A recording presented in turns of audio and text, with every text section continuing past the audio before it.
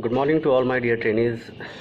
जैसा कि आपको मालूम है कि लॉकडाउन में हमने अपनी जो भी ट्रेनिंग, जो स्ट्रेटजीज़ और जो भी माइंडसेट की हमने बातें करी हैं या हमने कोई फंडामेंटल या स्किल की बातें करी हैं, वो तो हमने कहीं ना कहीं उसको अपनी प्रैक्टिस और सीखने के लिए हमें जिस तरह से अभ्यास किया है। लेकिन एक मेंटल फिटनेस भी बहुत ज़रूरी होती है एक खिलाड़ी को अपनी स्ट्रेटजी, अपना गेम प्लान बनाने के लिए। तो मैं उसी कड़ी में आज आपको कुछ मेंटल स्ट्रेटजीज़ और अपना जो माइंडसेट होता है बॉलिंग के लिए, वो मैं आपको बताने आया हूँ कि जिस तरह हम पूरे साल में तैयारी करते हैं और बाद में जब मैचेस के लिए हम आते हैं, अच्छे मैचेस में या कोई भी हमारा कॉम्पिटिटिव मैचेस होते हैं, तो उसमें हमें किन किन चीज़ों का ध्यान रखना चाहिए और क्या चीज़ें हमें ऐसे फैक्टर्स होते हैं जिसमें कि हमारे रिज़ल्ट अच्छे आ सकते हैं। तो शुरू करते हैं ये आज का वीडियो। सबसे पहले मेरे प्यारे ट्रेनीज़, आपको ये पता होना चाहिए कि कोई भी अगर हम कहीं किसी भी ग्राउंड पे मैच खेल रहे हैं तो वहाँ का वेदर, वहाँ की कंडीशंस, वहाँ की विकेट किस तरह की है वो हमें पता होना चाहिए। मान लीजिए जैसे कि बॉल, आपको नया बॉल मीडियम पेसर को बॉल डालना है तो विकेट काफ़ी ट्रू है और लाइवली है, तो कोशिश करनी चाहिए, अपनी जो स्ट्रेटजीज़ होनी चाहिए उसको बॉल को ऊपर डालना चाहिए, ऊपर पिच कराना चाहिए, मतलब हाफ वॉली और 3/4 पे बॉल डालना चाहिए, जिससे कि बैट्समैन टेम्प्ट होगा और there will be chances for getting out in the slip और to the wicket keeper, edges लग सकते हैं। और वहीं पे अगर विकेट थोड़ा सा फ्लैट है तो वहाँ पे अपनी स्ट्रेटजीज़ को चेंज करके लिए थोड़ा सा वेरिएशन करना पड़ता है, उसमें यॉर्कर डिलीवरीज डालनी पड़ती हैं और कहीं ना कहीं स्विंग के साथ साथ आपको कटर्स का भी यूज़ करना पड़ता है। और कई विकटों पे हम जब खेलते हैं तो हमें विकटें काफ़ी टर्नर मिलती हैं, तो वो हमें अपनी स्पिन को किस तरह से कराना है, क्या हमारा उसमें वेरिएशन होना चाहिए, इसमें हमें उसका पूरा भरपूर फ़ायदा उठाना चाहिए। तो जल्दी हम स्पिनर्स को भी लेके आ जाते हैं। तो स्पिनर्स का हमें एक चीज़ का ध्यान रखना चाहिए कि हमें हमेशा स्पिन जो करानी होती है वो बॉल टू द विंड, हमें अगर हम स्पिन कराएंगे वो ज़्यादा इफेक्टिव होगी। और सबसे बहुत ज़्यादा इम्पॉर्टेंट है, अगर विंड का फ्लो अगर हमें पता है तो that will be very much beneficial for the bowler. अब जैसे मान लीजिए एक ऑफ स्पिनर बॉल डाल रहा है, अगर वो बॉल टर्न करा रहा है लेकिन साथ साथ अगर उसको विंड का सपोर्ट मिल रहा है, जो विंड पॉइंट से और कवर से फाइन लेग की तरफ और ऑफ साइड से वो जो है मिड विकेट की तरफ अगर विंड का फ्लो हो रहा है तो उसमें टर्न ज़्यादा मिलेगा। फिर क्या होता है, विंड का फ्लो हेडविंड होता है। जो हेडविंड जो होता है कि जो हमारी जो लेयर्स होती हैं, जो एयर की जो लेयर्स होती हैं, अगर बिल्कुल हेड लेवल से आ रही हैं तो वो बॉल टॉप स्पिन डालने में, आर्म बॉल डालने में हमें सपोर्ट करता है। तो ये हमें इस तरह की स्ट्रेटजीज़ को अपनाना चाहिए।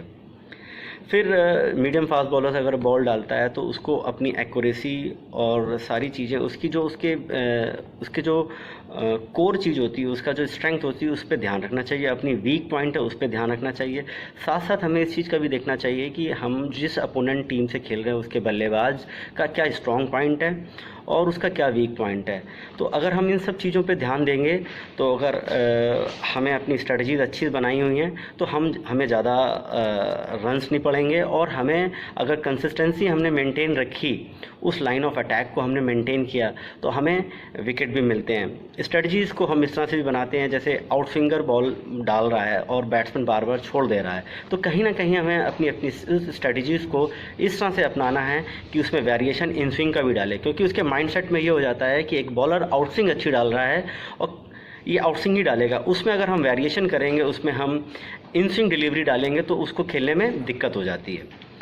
इसी तरह जब कभी कोई ऐसा बैट्समैन होता है जो कि जिसका बैकफुट पे ज़्यादा अच्छा खेल रहा है, शॉर्ट पिच डिलीवरीज अच्छी खेल रहा है, तो वहाँ हमें अपनी ये स्ट्रेटजी बनानी चाहिए कि इसको शॉर्ट पिच बॉल नहीं देनी है। अगर शॉर्ट पिच बॉल डालनी भी है तो फाइन लेग, स्क्वायर लेग और मिड विकेट पे हमें कोई ना कोई फील्डर रख के वहाँ पे बॉल डालनी चाहिए।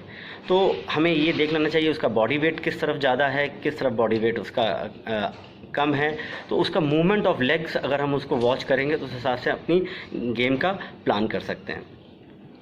और जैसे जैसे बॉल पुराना होता है, रिवर्स स्विंग भी होता है, तो हमें ये देखना है कि रिवर्स स्विंग हमें किस तरह से हमें रिवर्स स्विंग फ़ायदा कर सकती है। रिवर्स स्विंग बेसिकली जो है पुराना बॉल जो होता है वो अंदर आता है, उस समय हमें ये देखना है कि हमें बॉल को थोड़ा सा ऊपर डिलीवर करना है, क्योंकि रिवर्स स्विंग का तभी फ़ायदा है कि जब बैट्समैन ड्राइव के लिए जाए और वो बैट एंड पैड के बीच में गैप बने।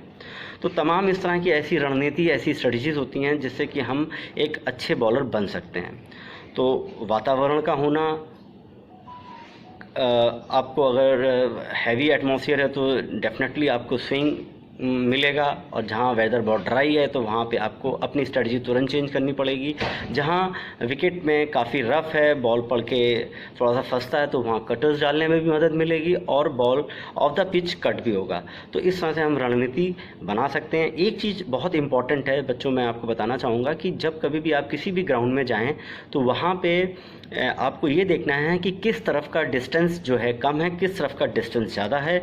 अगर मान लीजिए ऑफ स्पिनर बॉल डाल रहा है, उसको मिड विकेट का एरिया ज़्यादा लंबा मिल रहा है, तो उसको उसी दिशा से बॉल डालनी चाहिए। अगर वो दूसरी दिशा से डालेगा तो उसको मिड विकेट और स्क्वायर लेग का एरिया कम है, अगर वो मिस टाइम भी बैट्समैन मारेगा तो there will be chances getting boundaries and sixes. तो ये हमें अपनी रणनीति बनानी चाहिए, किस तरफ कौन सा बैट्समैन कितना अच्छा खेल रहा है, उसके फुट मूवमेंट को, उसके स्टांस को भी हम देख के हम अपना रणनीति बना सकते हैं। जो स्टांस में थोड़ा सा ओपन खड़े होते हैं उनको ऑन साइड में खेलने में काफ़ी आसानी होती है, ऑफ साइड पे। तो हमें कहीं ना कहीं इस चीज़ का भी ध्यान रखना है कि बैट्समैन का खेलने का तरीका, उसके स्टांस, उसकी बैकलिफ्ट किस तरह से आ रही है। तो तमाम ये ऐसे फैक्टर्स हैं जहाँ पे हमें अच्छी बॉलिंग कर सकते हैं। अब बॉलिंग का अगर हम देखा जाए तो बॉलिंग में दो महत्वपूर्ण चीज़ें होती हैं, लाइन और लेंथ। लाइन की अगर हम बात करें तो ऑफ स्टंप की लाइन, मिड स्टंप की लाइन और लेग स्टंप की लाइन।